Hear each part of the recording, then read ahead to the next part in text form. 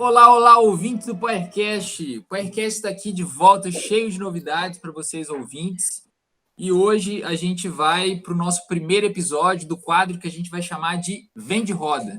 Nesse quadro, a gente vai trazer alguns temas, né? Um de nós três, hosts do PowerCast, eu, Ana ou Danilo, vamos trazer para vocês alguns temas, alguns assuntos sobre alguma coisa que a gente pode aplicar na nossa prática, né? E aí a gente está pensando tanto nos atletas que nos escutam, quanto nos treinadores.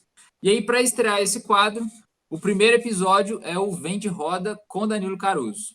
Então, hoje estamos aqui, eu, Gustavo Ramos e Danilo Caruso. Dá um alô para a galera aí, Danilão. E aí, galera, vocês estão bom? Eu tô bem. Espero contribuir aí um pouco hoje. Bater papo com o Gustavo vai ser legal. A gente tá acostumado a conversar, né? Mas não nessas posições. Exatamente, vai ser um desafio para a gente aqui, mas vai dar certo. Quem não conhece o Danilão é um dos fundadores do PowerCast e está sempre conosco em todas as gravações, né? Desde da conversa com convidados, até mesmo aí nos Bem Amigos. E ele é formado em Educação Física pela Unicamp, foi atleta de mountain bike nas categorias de base e hoje é treinador de mountain bike na Mountain Assessoria Esportiva e atua com análise de desempenho na Seleção Brasileira de Escalada Esportiva. Vocês devem estar se perguntando aí, né? Pô, o cara só da bike, agora você me manda uma escalada esportiva? Então, Danilão, vamos começar por isso, né?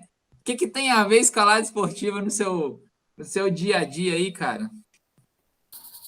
Poxa, Gu, é curioso isso realmente. Mas quando eu parei de competir, né? Ali no meu segundo para terceiro ano de sub-23, competindo no mountain bike, eu comecei a me envolver com pesquisa e conheci o Arthur, que é atualmente treinador da Seleção Brasileira de Escalada. E, na verdade, antes eu tinha tido um outro contato, para não mentir, com escalada esportiva, com o Rafael, um amigo também, e eu tinha achado muito maneiro, porque, pô, a gente que é do mountain bike, do ciclismo, acho que além de gostar do treinamento e gostar da bike, tem essa paixão pelas montanhas, algo desse tipo, né? E a escalada também compartilha isso, né? De ser um esporte de montanha, de quando você vai praticar a escalada em rocha, no caso, né? Você tá no ambiente aberto, tá na natureza. E quando eu conheci a escalada competitiva, que é um esporte muito interessante, complexo, que envolve muito mais do que físico, compartilha algumas coisas do mountain bike nesse sentido, da complexidade. Eu achei muito maneiro mesmo e comecei realmente a ter maior contato, me aproximar, praticar um pouco, por mais que eu escale bem pouco, na verdade.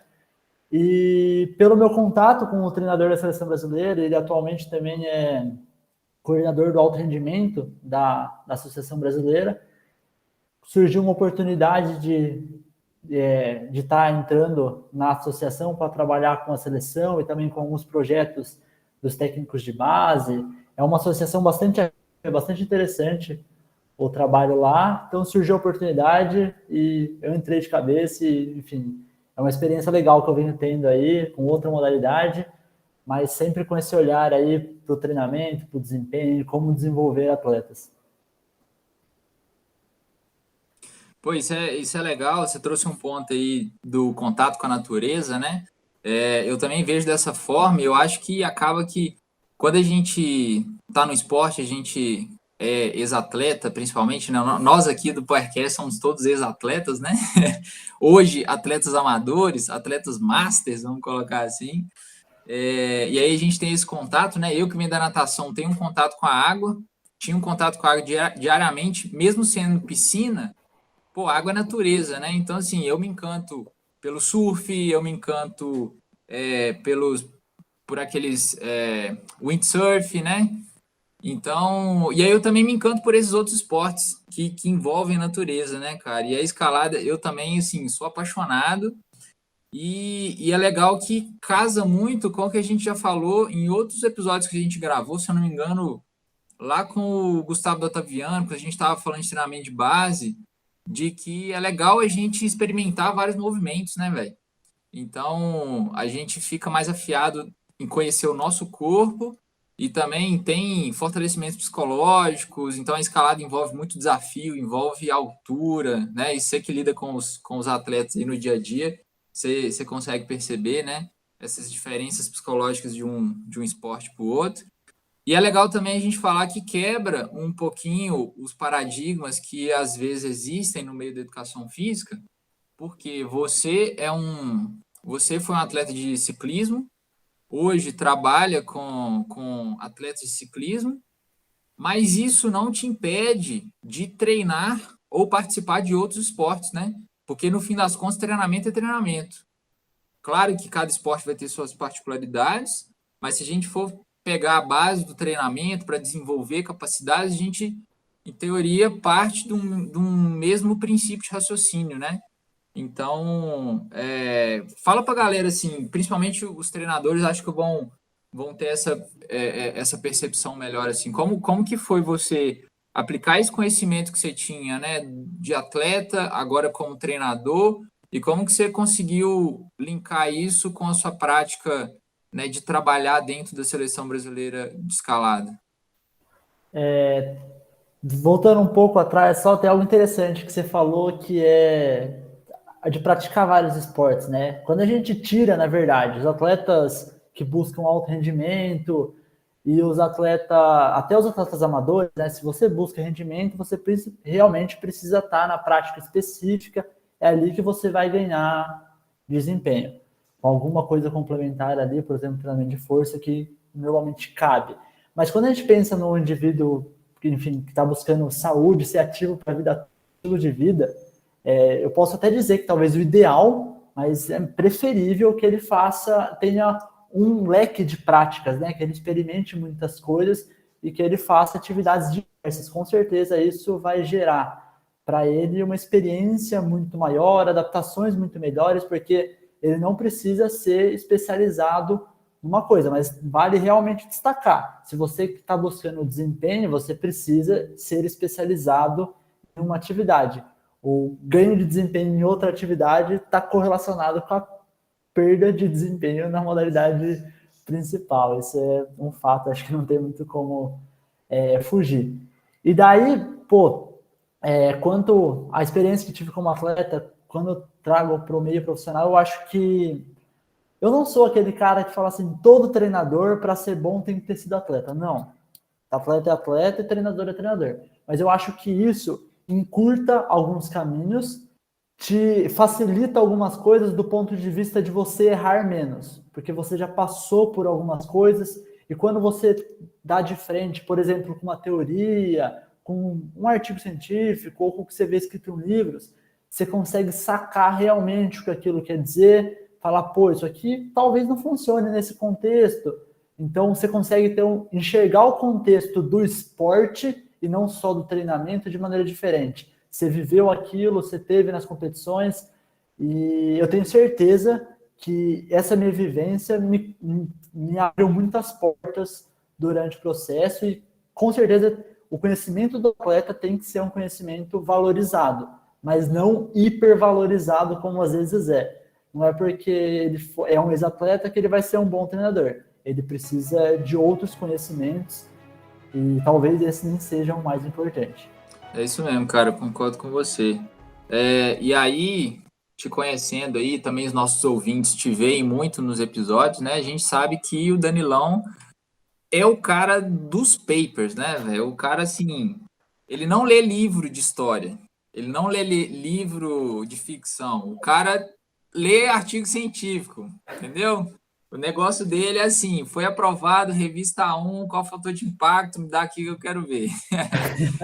Então, cara, fala pra gente aí como que surgiu esse interesse seu pelo treinamento, né? Acho que na educação física a gente tem vários campos que a gente pode seguir, e um deles é seguir na linha do alto rendimento, né? Treinar atletas de alto rendimento. E então fala como é que veio esse seu interesse. Provavelmente já tem um pedacinho de você ter sido atleta, né? Mesma coisa aconteceu comigo aí. E também como que você desenvolveu esse gosto pela leitura? Talvez você traga aqui alguma dica para os treinadores que escutam a gente, porque a gente sabe que hoje em dia a gente tem uma dificuldade de gerenciar nosso tempo, né? E aí, às vezes, os treinadores têm a fala, né? Ah, eu não consigo separar um tempo para me atualizar. Às vezes ficam comprando muitos cursos, mas de certa forma dá para você se atualizar sozinho, né? Você consegue ler um pouquinho a cada dia. Não sei se você usa alguma estratégia. Passa para a galera aí o que você tem feito. Bom, quanto a isso, Gu, tem algo interessante, né? Porque eu nem sempre fui um leitor. Hoje eu leio aí bastante, mas eu julgo que eu tive sorte quanto a isso. Porque eu entrei na educação física porque eu era atleta e foi tipo um plano B. Eu falei, pô, se não der certo como atleta, eu vou ser treinador e vou ter uma vida muito próxima o que é ser atleta das coisas que eu mais gostava. Eu adoro treinar, eu continuo treinando, enfim, as outras coisas, mas era viajar. Eu gostava de ir para as corridas, aquela sensação do ambiente, eu sabia que ser treinador ia me gerar aquilo. E daí, quando eu entrei na faculdade, pode falar. Você também ficava ansioso pelo café da manhã do hotel? Essa era a minha ansiedade, cara. Eu ainda fico, ainda fico. E voltando, né? Quando eu entrei na faculdade, eu realmente não lia. Teve os livros para ler no vestibular, eu não li o resumo deles. Mas por inúmeros fatores do ambiente, assim, eu comecei a ver que era importante ler. E eu lembro que no primeiro ano de faculdade ainda estava tendo aula de anatomia, né? Só as matérias básicas. Eu comprei um livro de treinamento do Antônio Carlos Gomes e comecei a ler. E para a galera que tem dificuldade de ler, é legal escutar isso. Eu li o livro inteiro e não entendi nada. Por quê? Porque eu li, minha atenção desviava. É o que acontece com a maior parte do pessoal. Como que eu melhorei isso? Lendo mais. Eu peguei outro livro, e depois eu voltei e reli esse livro de treinamento e conseguindo entender. Então, realmente, esse hábito de ler foi algo que eu construí. Eu entendi que era muito importante. Não foi só no treinamento, eu li outras coisas, mas sempre informativo, que nem você falou. Eu nunca li história, eu sempre, enfim, gostei de ler autoconhecimento, essas coisas eu também acho interessante, leio um pouco.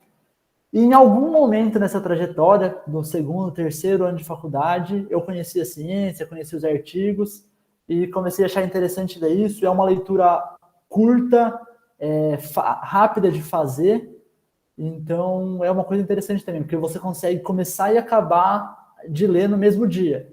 Então teve uma época da minha vida que eu falei, pô, eu vou ler um paper por dia. Então durante a semana eu lia 5 trabalhos toda semana. E aí isso foi me dando talvez esse repertório que vocês falam que para tudo tem um paper, mas é que eu acho que é um jeito fácil de você conseguir justificar as coisas e entender. É uma maneira de estudar, né? Porque a gente tem duas maneiras talvez principais: ou fazer cursos, assistir aulas, ou ir direto na fonte e ler o artigo. Na minha opinião, na fonte a água é sempre mais fresquinha, né? Então, meio que por isso que eu acabei me interessando e diante disso o contato com o treinamento e o seu entendimento do treinamento a partir da leitura é mais difícil de entender, demanda mais atenção, mais foco para você conseguir pegar as coisas sozinho, mas eu tenho praticamente certeza que muito do que eu sei hoje ou quase tudo, é por causa desse volume de leitura. Eu acho isso que você colocou legal, cara, essa ideia, né, de que é algo que você consegue iniciar e parar, você consegue iniciar e terminar dentro de um dia, em pouco tempo, e também te dá um certo tempo para depois que você leu aquele trabalho, você refletir sobre ele, né? Porque quando a gente, nós treinadores, assim, tem essa prática de leitura dos experimentos que estão acontecendo, querendo ou não, a gente se torna mais crítico, né? Porque quando a gente vai só fazer um curso, vou me atualizar. Eu tenho um professor ali que ele é referência, ok, mas a gente fica muito, talvez, preso ao que ele fala, né? E a gente, não que ele ache que está falando puramente a verdade, mas nós, como ouvintes, talvez a gente julgue que aquilo é a verdade e a gente não se coloca a confirmar aquelas coisas, né? E a confirmação não é no sentido de falar se ele tá sendo correto ou incorreto, mas é no sentido da gente criar a nossa própria linha de raciocínio, a gente se tornar crítico para a gente poder pensar a estruturação do treinamento que a gente vai ter com os nossos atletas, né? A gente discutiu muito, vocês discutiram muito isso no episódio que o podcast fez sobre aquele trabalho da durabilidade, né? Levantamos lá vários pontos e em vários pontos foram questionados, mas será que o atleta dá conta? Será que uma prova é importante? Né? É importante ele ser durável durante 4 horas, mas a prova tem 1 hora e meia, 2 horas. Então, a gente vai criando essa linha de raciocínio para a gente poder incluir na nossa prática. E a gente deixa de pensar daquela forma, né? Esse é melhor que esse. Na verdade, os dois são bons. O que a gente precisa é estresse mecânico, é estresse fisiológico. E aí, qualquer estresse mecânico, qualquer estresse fisiológico vai gerar uma adaptação. Não que um é melhor que o outro. Mas em qual momento da temporada eu vou colocar? Em qual condição que um atleta está para eu poder ver qual a melhor forma de treinamento dele, né? Então, essas leituras são importantes principalmente por causa disso, né? E aí, galera, eu recomendo vocês a seguir o perfil lá da assessoria do Danilão, né? Do Mountain Assessoria Esportiva, que o Danilão tem compartilhado vários estudos que ele tem lido para se basear na montagem dos treinos, né, Danilão?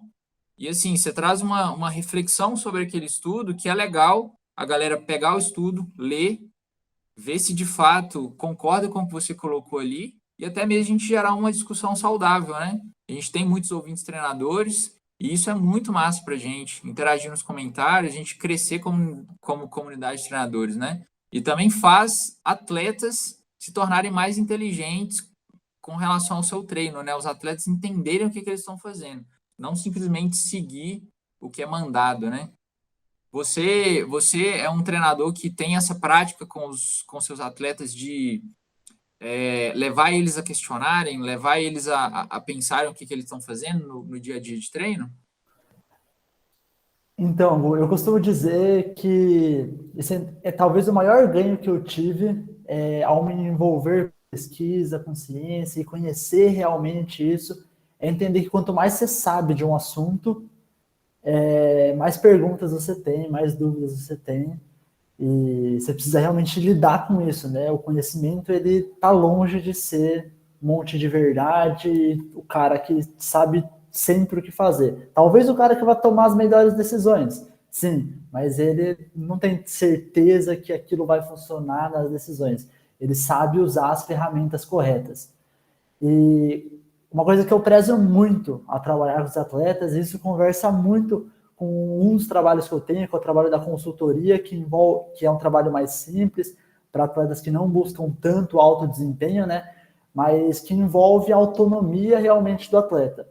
O Everton fala uma coisa muito legal, ele já falou nos nossos episódios, que é que o papel do treinador é a presença dele, é a tomada de decisão, e que, na verdade, o planejamento do treino todo mundo, tipo assim, a gente estuda para isso, tem que entender isso, mas não é o bicho de 7 cabeças. O bicho de 7 cabeças é o monitoramento, é a tomada de decisão durante o processo e o acompanhamento. E o atleta, ele precisa ser autônomo nesse sentido, se conhecer, entender o que está acontecendo com o corpo dele, por mais que ele tenha um treinador para ajudar ele a tomar decisões, ele precisa dar o feedback correto para o treinador do que ele realmente está sentindo.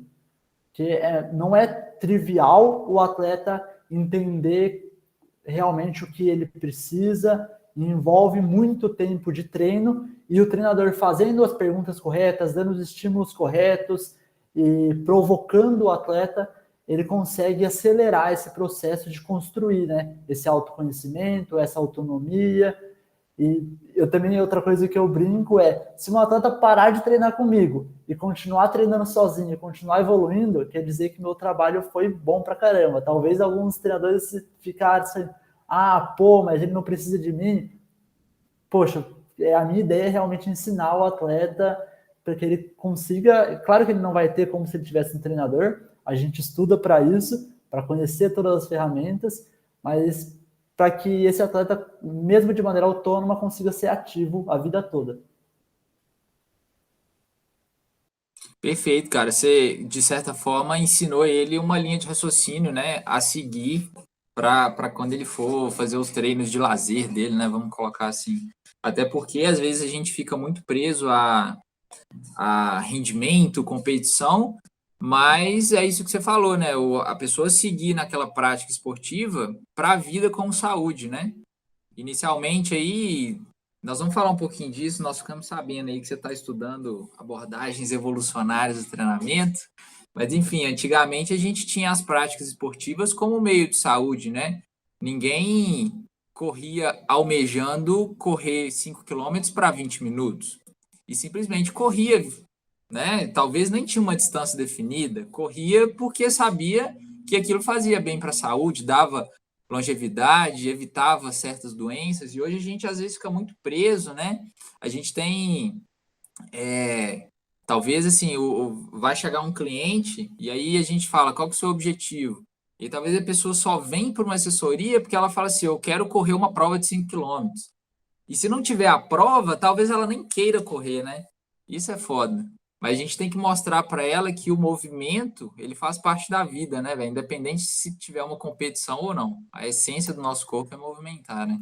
Essa discussão é muito boa, porque a gente fala que todo mundo tem que se movimentar, todo mundo tem que treinar. É claro que o atleta ele vai acabar treinando mais, o indivíduo que quer ser ativo para a vida toda um pouco menos, mas ao mesmo tempo o profissional de educação física vem e fala que todo mundo que vai treinar precisa ter um acompanhamento do profissional. Imagina quanto profissional a gente vai precisar no mundo. Então, realmente, para mim, o nosso trabalho é educar as pessoas que elas consigam treinar. Muitas pessoas vão buscar o profissional, as que têm condições, mas é importante que as pessoas que não têm consigam um trabalho talvez mais abrangente e que elas tenham condições, mas que elas consigam se manter ativas e aprender a se movimentar, porque acima de tudo, o que, enfim, precisa realmente, como você disse, é o movimento. E a gente, você comentou da abordagem evolucionária, né? É algo que realmente tem me chamado a atenção, porque faz muito sentido com o que a gente entendeu de fisiologia, o que a gente entendeu de bioquímica, entendeu de treinamento, e às vezes é difícil justificar. Quando a gente olha tudo isso pela ótica da evolução, isso não é verdade só no treinamento. Fazendo um parênteses, tem um biólogo que tem uma frase que diz: nada faz sentido exceto a luz da evolução. Que é basicamente que em biologia, muita coisa você olha e fala, mas por que é assim? E aí quando você olha a maneira como a gente foi selecionado durante a evolução, isso começa a fazer sentido. E para deixar claro, quando eu falo de evolução, eu estou falando de na casa das centenas de mil anos. São muitas gerações. Quando a gente pensa em humanos, aproximadamente 80 mil gerações. Na maneira como a gente pensa, olha para o humano hoje, a gente viveu como caçador-coletor, e daí quando você fala, a gente corria para quê? A gente corria para sobreviver. A gente predominantemente andava, corria e para pegar frutinhas, provavelmente em bando, então existia um porquê correr e existia um contexto social para correr. Então a gente fazia longas distâncias, coletando realmente, na maior parte dos dias, alguns dias. E existem alguns autores que dizem ainda, quando a gente estava bem, então sempre envolvendo aí dias fáceis de você coletar realmente e dias mais difíceis de caça, a gente, para caçar um animal, a gente tinha que fazer esforços mais intensos. E o mais interessante, quando tem alguns pesquisadores foram para algumas sociedades de caçadores-coletores que ainda existem, caçar um animal envolve sprints repetidos. Então, muito parecido com o que a gente vê hoje como treinamento intervalado. E ainda a gente chegava em casa e envolvia alguns trabalhos, como fazer ferramentas, trabalhos de casa que envolvem força e flexibilidade. Então, quando a gente olha para isso, a maneira como a gente evoluiu e o que a gente está estudando agora, que parece que a melhor maneira de se adaptar, olhando para o desempenho, mas também para a saúde, é totalmente explicado como a gente ficou aí, sei lá, 80 mil gerações se movimentando, né? Porque a gente pensa na agricultura, em morar numa casa há menos do que talvez 2/10 desse tempo, talvez 1/10 desse tempo, e hoje em dia que a gente tem esse comportamento sedentário, né? Velho, é muito doido pensar sobre isso, assim, né? Será que a gente pode dizer que essa forma que a gente lidou com o movimento hoje em dia, sempre trazendo para uma perspectiva de desempenho, de performance, não mais falando do alto desempenho, tá? Do alto rendimento, mas qualquer um. Porque a gente tem ali, hoje, muitos e muitos eventos, principalmente de corrida, né? Quase todo final de semana aqui em Belo Horizonte tem uma corrida. Corrida da cooperação, corrida de uma marca, circuito das estações. Aí você vai olhar assim, você começa o ano e fala assim, deixa eu ver umas corridas para eu fazer aqui. Se você tivesse dinheiro, dá para você correr todo final de semana. Ia ter 52 corridas no ano, entendeu? Será que a gente pode falar que esses eventos, assim, é uma questão sociocultural que a gente criou, talvez também lidando com essas coisas pré-históricas de ter uma meta, né? Porque, querendo ou não, antigamente, quando a gente, pegando isso que você falou, quando a gente saía para caçar e a gente ia fazer tiros intermitentes, ia correr, a gente tinha uma meta que era conseguir nossa alimentação, né? A partir do momento que a sociedade evolui e que a gente, de certa forma, passa a dominar os animais, a gente não precisa mais caçar, a gente precisa gerar novas metas para o nosso movimento? Será que é isso, cara? Essa reflexão é sensacional, Gustavo, e eu concordo totalmente, porque, no fundo, é realmente o que você falou, é um motivo para se mover, porque tem um autor também que vai falar que a gente evoluiu para se mover quando a gente precisa e descansar sempre que possível, para realmente armazenar energia, mas a gente sabe que a gente precisa do movimento, para, enfim, faz bem para a saúde no geral. Então, a gente tem um motivo, e daí o esporte tem outras características. Além do motivo, do objetivo, da autossuperação, que te tira da cama e te faz ir treinar, tem um contexto social. No esporte, mesmo que você treine sozinho durante a semana, você acaba tendo contato com outras pessoas e praticando aquela atividade num contexto social. Assim como a gente fazia antes. Provavelmente a gente saía coletar em várias pessoas, em dois, três. Inclusive os autores falam isso quando olham para sociedades de caçadores-coletores, né? Além disso, a gente faz atividade ao ar livre, o que é característica, por exemplo, do ciclismo, do mountain bike. Quando a gente vem de novo para a ciência do esporte moderno, a gente sabe que exercitar no ambiente verde, ao ar livre, gera um afeto maior prazer na atividade. Então, a lente evolucionária ela só justifica muita coisa do que a gente tem testado e descoberto na ciência do esporte. Por isso que quando eu tive contato, primeiramente com um paper no esporte, do Daniel Bolosa, ele é um pesquisador espanhol que hoje mora no Brasil, e depois outros trabalhos mais voltados para a saúde também, eu achei algo muito interessante que cerca realmente os pontos que você precisa olhar quando você vai trabalhar com um atleta ou com um indivíduo que está buscando aí saúde, produtividade, estilo de vida, porque isso precisa ser falado, né, Gustavo? O esporte, ele melhora a sua vida no trabalho, vai aumentar a sua produtividade, vai melhorar, enfim, a maneira como você lida com as suas emoções, tudo. Tem evidências mostrando que o esporte ele faz bem para praticamente todas as áreas da vida, né? É um hábito angular. Quando você começa no esporte, você acaba fazendo outras coisas melhor. Ajuda no sono, você se motiva a comer melhor e sua vida acaba realmente mudando, seu estilo de vida como um todo. E eu vejo que o esporte não só melhora questões atuais da pessoa, né? Igual você falou, a gente vê hoje muitos empresários de alto escalão, assim, que praticam esporte de alto rendimento, mesmo que seja nas categorias amadoras, né?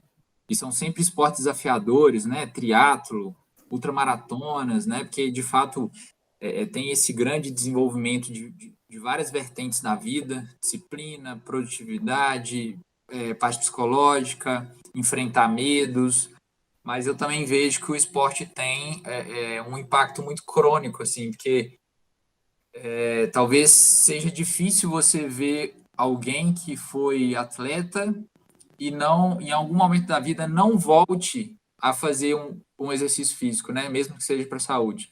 Que é diferente de uma pessoa que é sedentária durante grande parte da sua vida e a tendência dela é permanecer sedentária, né? Quando a pessoa foi atleta, ela pode ter um período de sedentarismo, mas provavelmente ele vai voltar a se movimentar. Então a gente aprende também essa importância do movimento, né? É muito doido isso tudo, cara. Semana passada eu estava lendo um trabalho que é bastante interessante. Eu espero que o pessoal não me interprete ao pé da letra, porque realmente é uma teoria com a junção de várias evidências, mas para começar, acho explicar, em mamíferos não humanos, tem um estudo que achou uma correlação entre VO2 máximo e tamanho do cérebro. A gente sabe que o exercício físico tem diversos efeitos no cérebro, desde o aumento do fluxo sanguíneo até a liberação de alguns fatores, como que estão relacionados, enfim, não cabe quais são, mas que estão relacionados a adaptações periféricas, mas que também são neurotróficos, estão relacionados à neurogênese, então ao aumento da massa do cérebro. E eles argumentam que isso foi muito importante para a nossa evolução e para realmente o aumento da massa do nosso cérebro e o aumento da nossa capacidade cognitiva. Quando a gente olha para a evolução de maneira crônica, porque parece que isso passa de geração a geração. Então, eles argumentam que a gente foi selecionado para ser atletas de resistência, para ser indivíduos aptos a fazer atividade de resistência, e isso proporcionou para a gente a nossa capacidade cognitiva.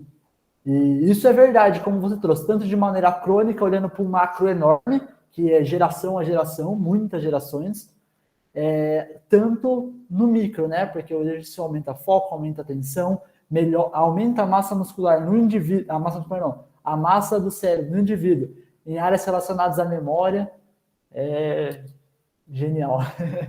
É a maior invenção. Putz, foda. É isso mesmo.